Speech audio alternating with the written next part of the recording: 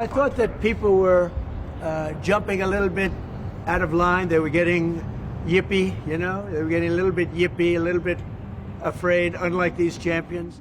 President Trump's vice grip on the Republican Party wobbled this week after tariffs turned allies into critics and his agenda budget bill hit a snag with fiscal conservatives on Capitol Hill. One of the most powerful institutions aligned with them is the American Enterprise Institute, a storied think tank where right-leaning captains of industry have long assembled to make their voices heard. Now, like so many others, AEI's wired thinkers and donors are trying to adapt to Trump's new Washington. The conservative world is been challenged by the rise of national populism, and that's a good thing, in my opinion. There are aspects of the traditional conservative approach to some issues that needed a rethink.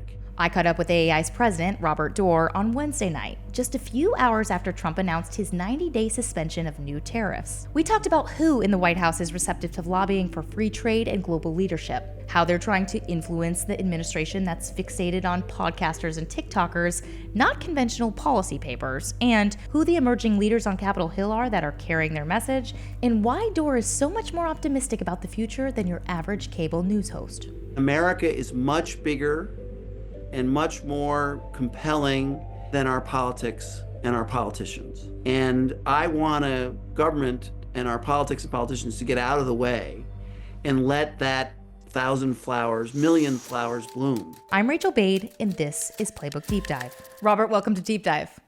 Thanks for having me. So President Trump just shocked Washington by pausing those steep sort of worldwide reciprocal tariffs for 3 months at least. To just start, how relieved are you right now? I'm very relieved. I think there was aspects of the policy that was too abrupt, too much, too disruptive to the world economy and to the American economy. I think many of our economists and scholars said that. And so the fact that the president has paused it and given it some further thought is a good thing. Do you think it's enough to settle markets from what we've seen in the past few days, or is the damage already done here? Well, I don't settle markets is tricky. This markets are often volatile and complicated to read. I don't know the answer to that.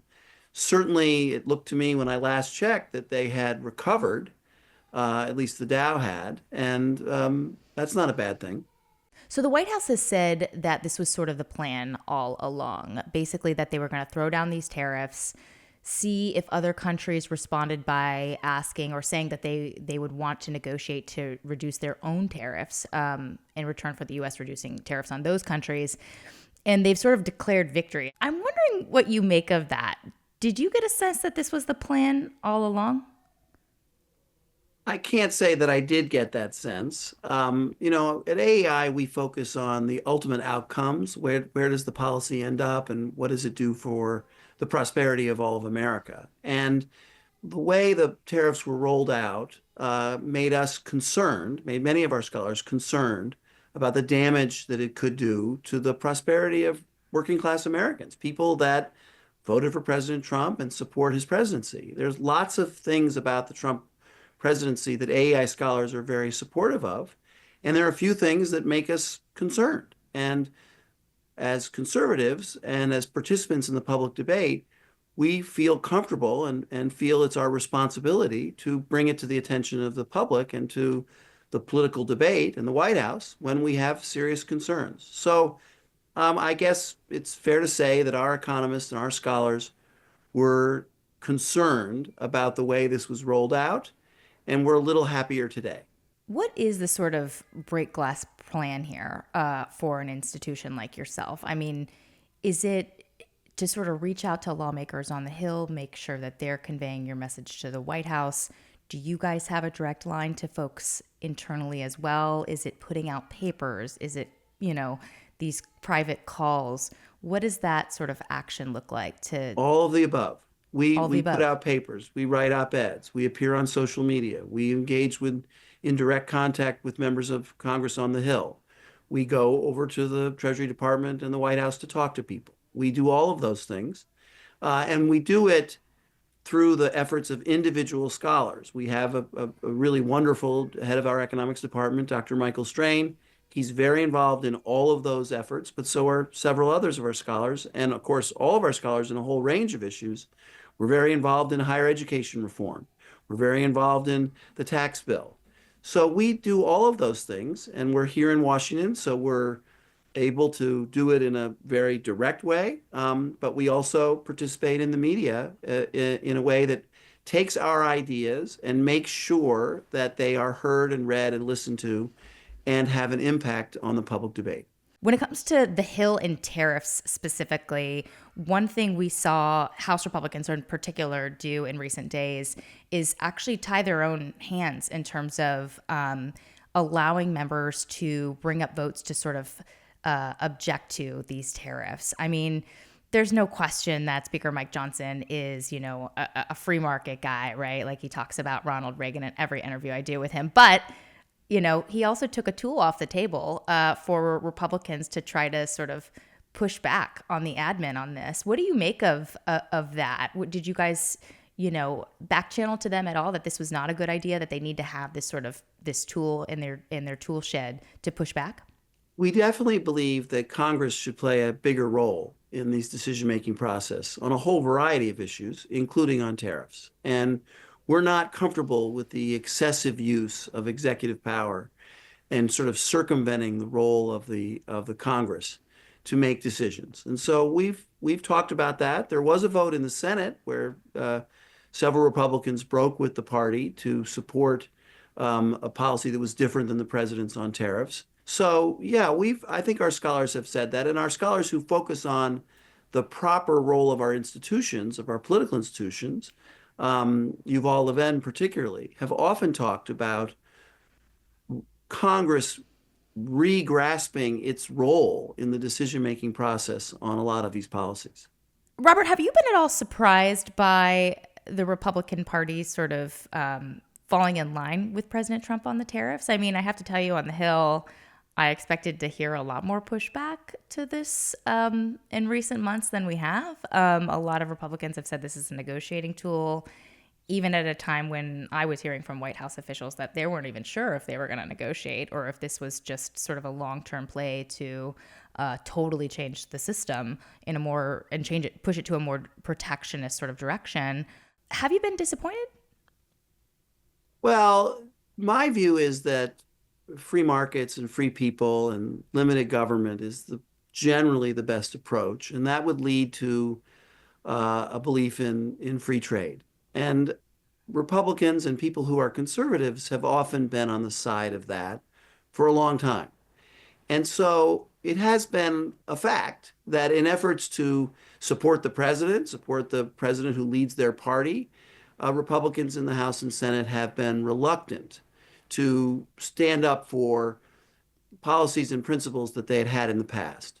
And I understand that. I have worked in politics, so I get the drive of political loyalty and sticking together.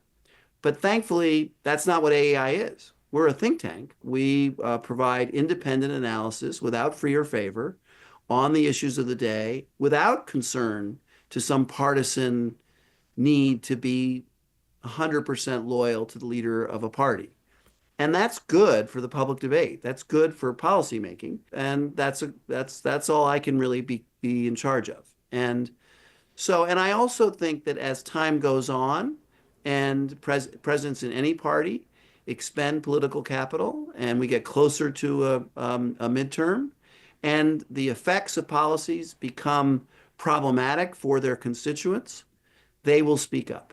So, Robert, one question I have is, do you guys have someone in the administration who is a sort of top ally for AEI? I know in Trump 1, there were certain people that the president sort of surrounded himself with who were natural allies of your guys' sort of ideology. Larry Kudlow is someone who sort of jumps to mind there. Who would you say is the person that you guys go to in the admin when you have concerns or you want to sort of make sure your point of view is seen? Well, our scholars speak to, in their own way, a variety of people in the administration. We know Kevin Hassett. Kevin Hassett is a former AEI scholar, and we all know right. him. And we've spoken to Kevin. We have scholars here now that are former CEA economists. We have a former scholar who is working in the White House on education policy. Mm. So, and we do engage with them in the way that anyone who's trying to make contact with the Secretary of Treasury. We know very well the Secretary of Energy and the Secretary of the Interior. So we have lots of relationships, and it can't really be said that it's an institutional relationship. It's really between individual scholars and those men and women who work in the administration. The other thing that anybody who's worked in politics knows, um, they're reading what we write. I mean, they're reading what you're producing. They're reading what is in the media. They have to. That's part of their jobs. And so I've always been, I'm not worried that they're not seeing what we're saying. In terms of how think tanks sort of influence things here in Washington, do you guys actually help sort of draft legislation for policymakers, or talk a little bit more about that in those conversations and how you make sure things are moving in the direction, frankly, you want to? Well, we make sure that the ideas that are emerged from our scholars' work are communicated to members of Congress and members of the administration in a way that they and their staffs can understand and can utilize. We don't draft legislation, but we talk to them about the drafting of legislation, and we make it as useful and easy for them to access those ideas as we possibly can. Anybody that is in this business would do that. And that's what we do. We've started something called AI Data Points that comes out every Thursday. So we're big on using better charts and graphs. Members of the administration like that. Members of Congress like to use our charts and graphs and our maps on the floor of the Senate and the floor of the House of Representatives. That's a good thing. I was going to say the president is very visual, so I'm sure Yes, that exactly. helps with it.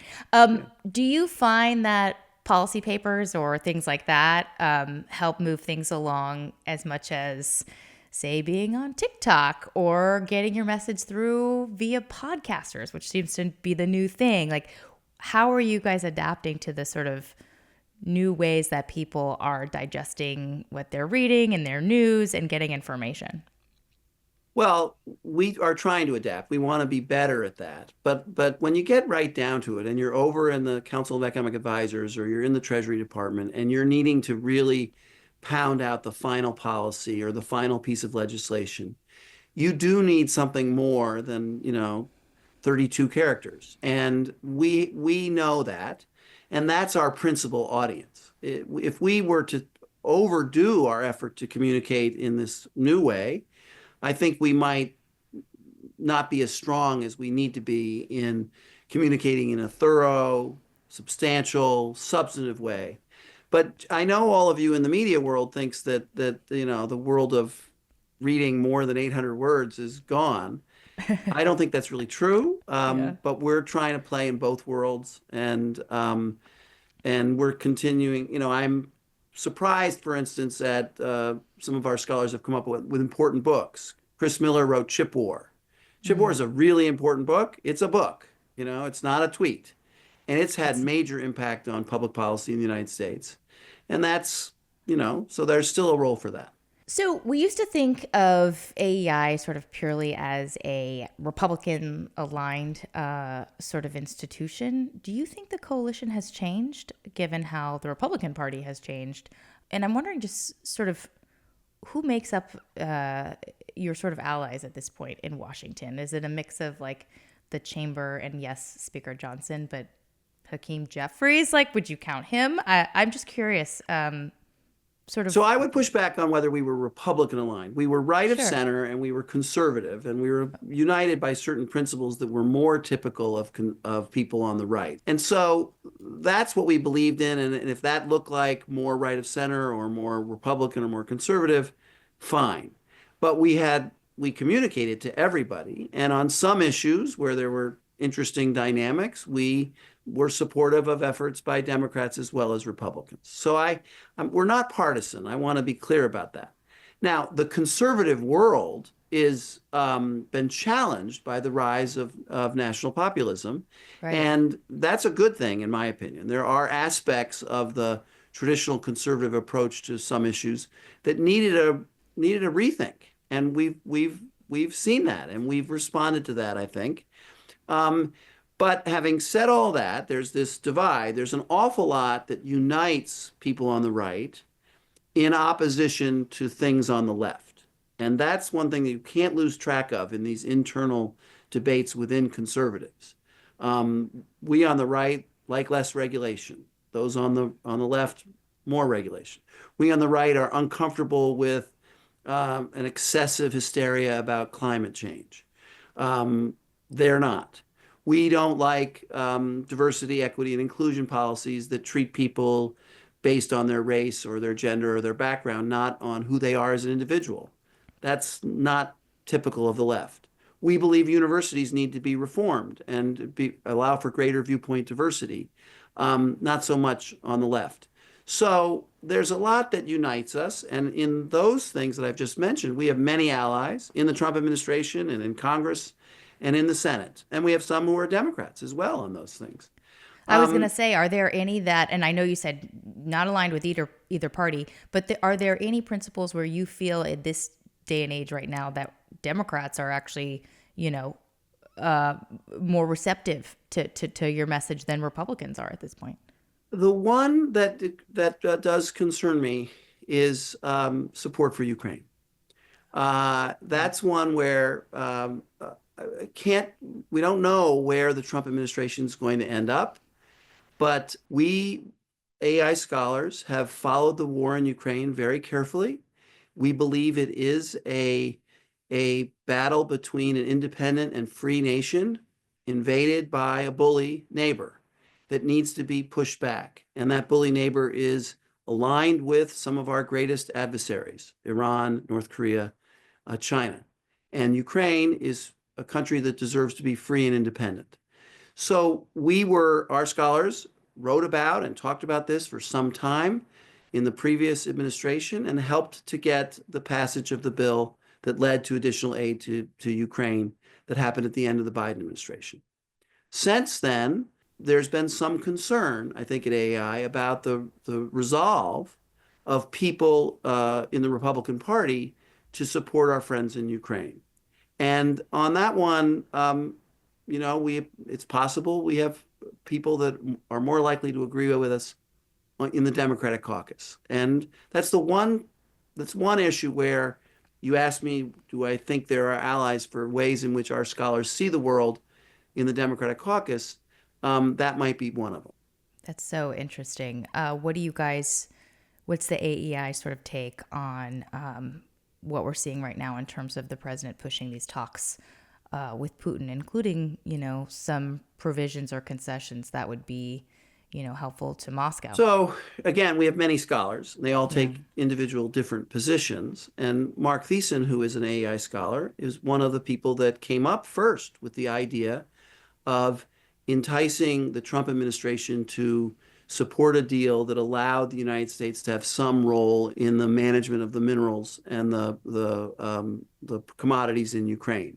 That is something that I think Mark has brought up, partly in an effort to get a resolution that will be satisfactory to the Trump administration and protect the freedom and independence of Ukraine. So we've watched that unfold. I would say some scholars are a little concerned about the demand for Ukraine to make concessions, while not sufficient demand for Russia to make concessions. Yeah. Although recently President Trump has turned up his rhetoric about Putin and about the Russian failure to make concessions. So we'll see how that plays out. So, that's a really delicate situation in the world right now. Our scholars are watching it carefully. So this might seem like a little bit of a silly question for you, Robert, but does AEI face the same pressures that we're seeing actually Democrats face right now, which is, a bunch of sort of donors or supporters who want them to push back harder on Donald Trump? Like, are you hearing from, folks in your guys' orbit who, want you to take a harder tact against the president, or is that counterproductive? Like, what are you hearing from people on that's a good those question. areas where you disagree with? Yeah, we have a broad community. We have lots of people that read our work. We have lots of people that support us financially. And I talk to them all various times in some ways. And I've been really heartened by the enormous amount of support we've been getting from people that like the nonpartisan, call them as you see them, stick to your principles, be empirical, don't lose your head approach. And so we're doing very well with regard to all of the metrics that measure our financial support or our support of our readers and consumers. And that's so I'm going to keep doing it. I don't get pushback really either way. And I don't think it's because I am so, unapproachable. I'm ready and willing and able and listen to criticism. Now, just like everybody that's in the public debate, I'm not counting up every comment on every article written to see what's happening, but none of it has raised to the level that would make me have to reconsider our approach, or even for a moment reconsider our approach. And that's been gratifying because this is it's a politics is a bare knuckle sport, and so far this approach is working. Do you have to prioritize some of the things that you take to the admin with concerns? Like, I mean, you guys have positions, as you mentioned, Ukraine, Yeah, immigration, very, obviously very good there question. entitlement reform, Yeah. tariffs now. How do you decide? Well, first of all, we the news cycle has some influence on it. Sure. So if Ukraine is hot in the issues, or a big vote is coming up, or the president's in the middle of trying to figure out what to do about tariffs, we're going to put a little extra emphasis on the things that are topical and are top of mind in the public debate. And so we do that, and in a way that I don't think we used to. I think we used to sort of do our own little thing in our ivory tower think tank, and that made us sometimes irrelevant. Well, we don't want that. And so, yes, the senior team at AEI, we examine all of the work that gets done on any given day by our scholars, and we produce 15 or 20 things a day. And if something is particularly topical or particularly hot topic over in Congress, we pursue it more aggressively. We promote it more aggressively. We get our government relations team to make sure that members of Congress that are in the line of battle and are going to make a decision have seen it. And yeah, we do that quite a lot. I assume you've been focusing mostly on tariffs recently. Is that fair? Lately, we've been on tariffs. There's been a lot Yeah. of activity on tariffs, but there's, Yeah. when the child tax credit came up and the Democrats wanted to increase the refundable tax credits so that it went to families, even those who didn't work at all, I spent a lot of time calling to attention that fact that was a retrenchment on welfare reform policies that insisted that in return for assistance, we should expect people to make some effort to work. And that was successful. That speaking of tax, that tax credit, the child tax credit specifically, Josh Hawley, I believe, was just bringing that up and talking to the White House about it. Are you at all worried that Republicans are going to move in that direction in their tax bill?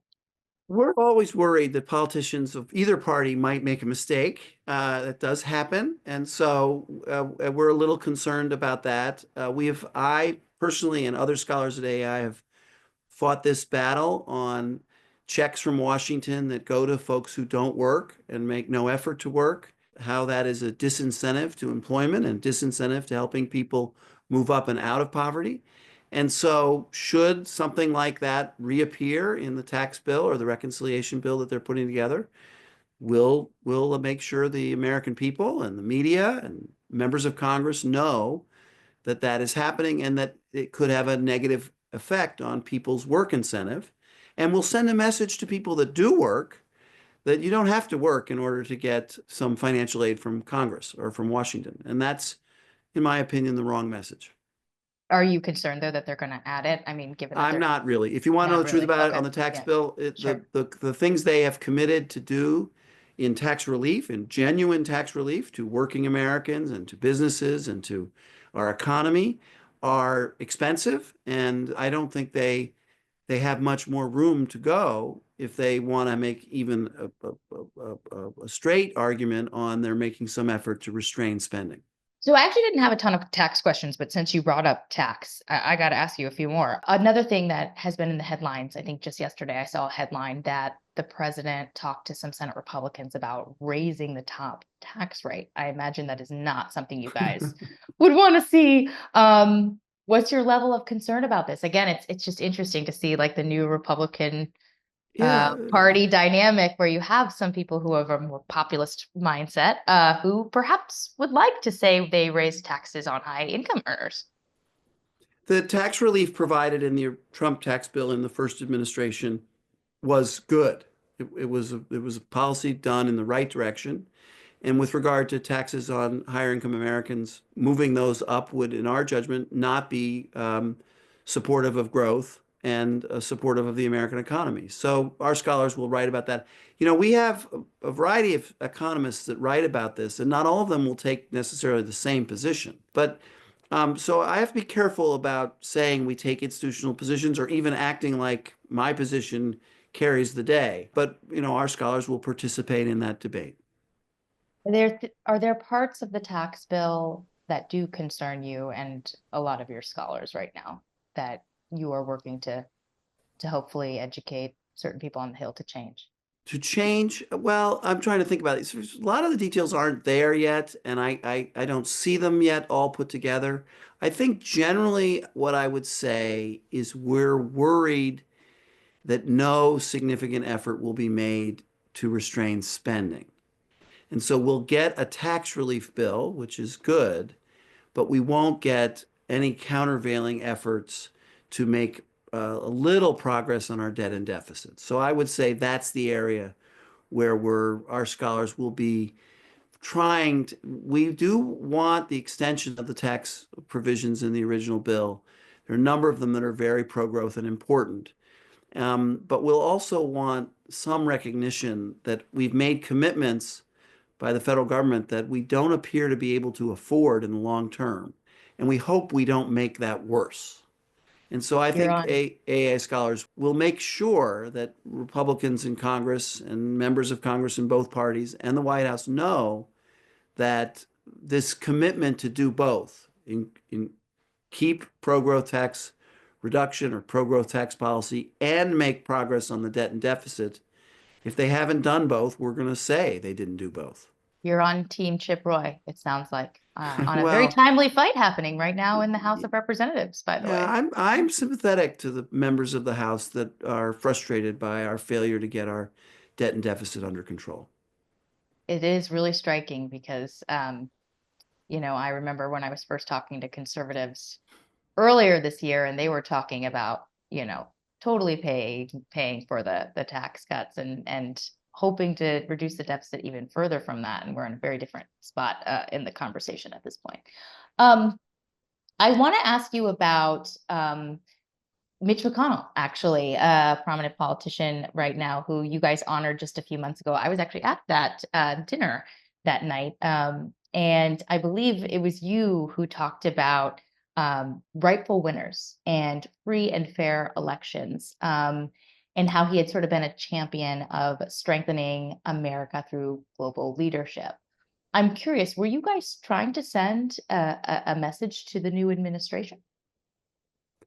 We were trying to honor Senator McConnell. Senator McConnell's leadership and time in service has been remarkable. And we think it was a good night for us all to stop and thank him for his long-term service to our country and to principles that AI believes in: limited government, free markets, free people, rule of law, strong America role in the world. And that's what we were trying to do. And we're proud of it. And if people felt that there was some message involved, that's up to them. But that's what we were trying to do.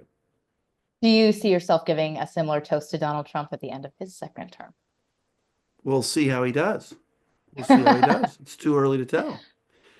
I mean, So McConnell, oh, go ahead, please. well, no, as I said, we support the Trump administration's activities in a whole array of areas. And, he's got 3 or more years to serve the country. And if he serves honorably and positively and the economy's, this is an important point. You do get measured by outcomes. And we have a scholar, Matt Continetti, that said to the president at the beginning of the term, don't overreach, focus on the numbers, focus on unemployment, focus on inflation, focus on growth, give the country a great celebration of our 250th anniversary, and lead on the cultural issues that I think Matt feels played a big role in his election. And I think if President Trump does those things, um, lots of people will want to give him a toast at the end of his administration. What grade would you give him right now? Incomplete. It's too early. You gotta, I think, I will say, I wrote to our community the other day that it's in some ways the use of executive power and the vigor with which he's used the executive power has been transformative. And I like the effort to take a real hard look at excessive spending in the federal bureaucracy. I think that was good. I've been quoted as complimenting that effort. And I think that's good. I also think that the efforts to push our elite universities to reform themselves so that they do what they were intended to do, which is provide a liberal education properly understood with viewpoint diversity, protecting people from being harassed for being Jewish, is a good thing. So I think that on those score, it's good. I also think that the sort of just general Trump administration lack of support or opposition to excessive government regulation is good for business, and it's good for workers and employers and our prosperity. And so I support that. So there are a whole range of issues to watch him on and evaluate his administration on, and you can't give him a grade now. What is it? It's not even 4 months. Wouldn't say it's the first quarter, first Yeah, semester. right. Yeah. Just to go back to McConnell very quickly, he's obviously retiring, and I'm wondering, who do you think are these sort of emerging leaders in Washington who will sort of carry, your agenda or, continue this sort of, Well, yeah, you belief mentioned that Speaker Johnson. Yeah. I've said a long time ago, Speaker Johnson's going to be the most underestimated politician in Washington. People didn't he think would agree.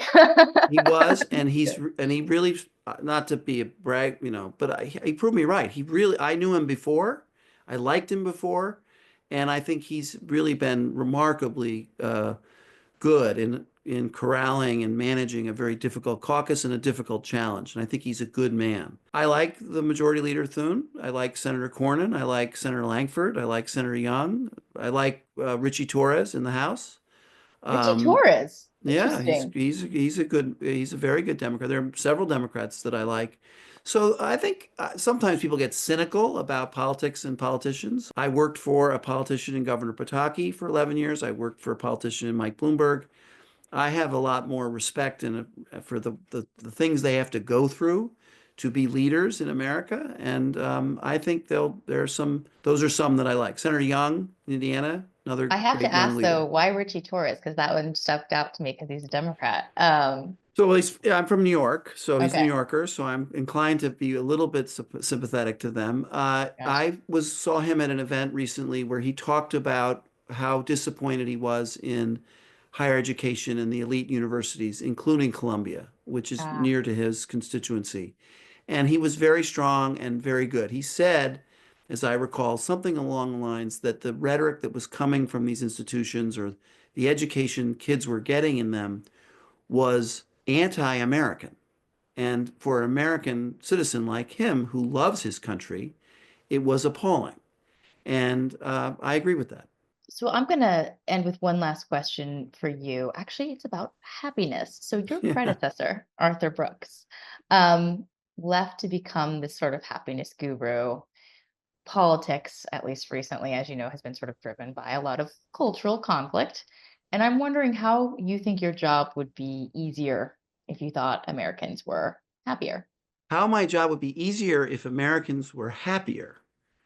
Well, first of all, I love my job. And so You're not going to go on to write books about happiness? I'm a little more focused on the day-to-day public policy discussion in Washington and in the governor's offices around the country. And I also am more positive about, I know in your world and in the shouting classes and the chattering classes, there's a lot of anger and anxiety, and President Trump's leadership style has caused people to be tense. But I travel around the country a lot, and America is much bigger and much more compelling than our politics and our politicians. And I want a government and our politics and politicians to get out of the way and let that thousand flowers, million flowers bloom. And when you do, our country is in great shape. And to a large extent, even the turmoil in Washington on a daily basis that we seem to get all wrapped up in, most Americans just go about living their lives, and I would say in a positive way. And I'll say one more thing about that. I do think President Trump talks about America in a way that's very negative. Very negative, more negative than it needs to be. We are not a broken country. We are a great country. We are a generous country. We're a prosperous country. And we're a leading country. And I just want us to stay that way and get even better. This happiness stuff, I'm plenty happy. And I think Americans, if you get out of their way, they'll be plenty happy too. Now we just have to figure out how to import that happiness into Washington, Yeah, which that's right. we don't see very often. Robert, thank you so much for your time on this. I really appreciate it. Thanks for having me, Rachel. I appreciate it too.